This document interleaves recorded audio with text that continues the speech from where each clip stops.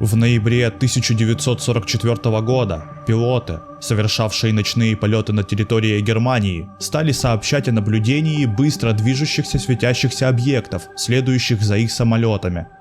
Их описывали по-разному, обычно как шары красного, оранжевого или белого цвета, которые делали сложные маневры, после чего внезапно исчезали.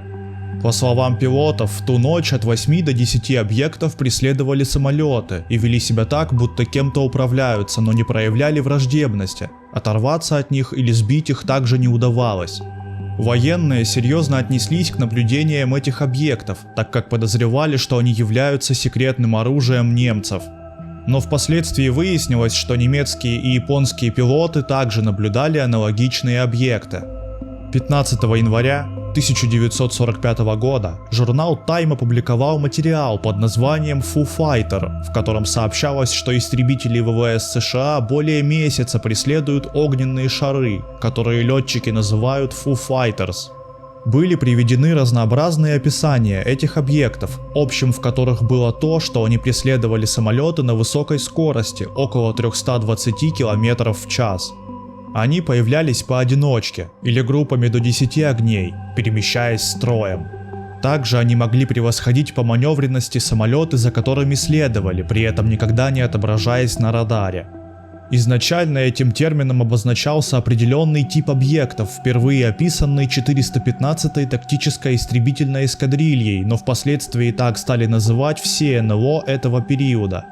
Подобные огненные шары были замечены и на Тихоокеанском театре военных действий. Их описывали несколько иначе, чем европейские. Большие горящие шары, висящие в воздухе и лишь иногда преследовавшие самолеты. Согласно одному из сообщений, одному из самолетов Б-29 удалось поразить такой объект. Он распался на несколько крупных кусков, которые упали на здание ниже, и подожгли их.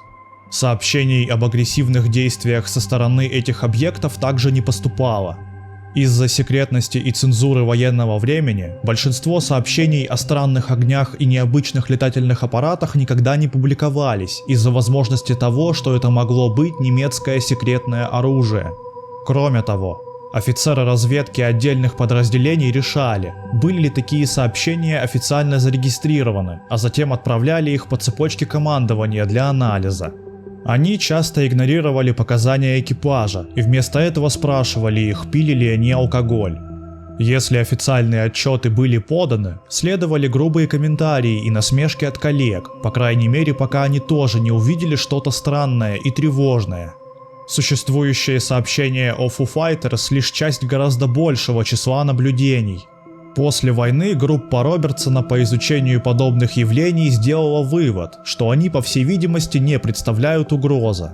В качестве возможных объяснений их наблюдений были предложены электростатические явления, схожие с огнями Святого Эльма, а также электромагнитные явления или отражения от кристаллов льда.